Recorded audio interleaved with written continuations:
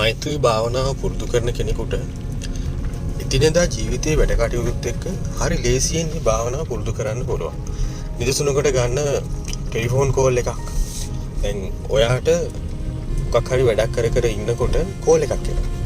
දැන් මේ කෝල් එක ආවහම සාමාන්‍යයෙන් එක්වරම ප්‍රසන්න භාවයක් දැනෙන්නේ නැහැ නේ. ඔයා යම්කිසි වැඩකට යෙදিলা ඉන්න වෙලාවක ඒ වගේ කෝල් එකක් ආවොත් ඒ වෙලාවට ඔයාට එන්නේ තරහක්. සමහරක් විට එහෙම නොවෙන්න පුළුවන්. අඳුරන කෙනෙක්ගෙන් නම් තරහක් යන එකක් නැහැ.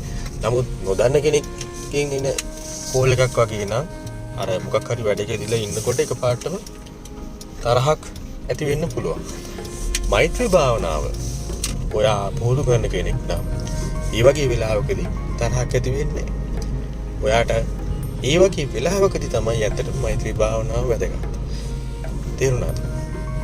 පුහුණු කරන්න.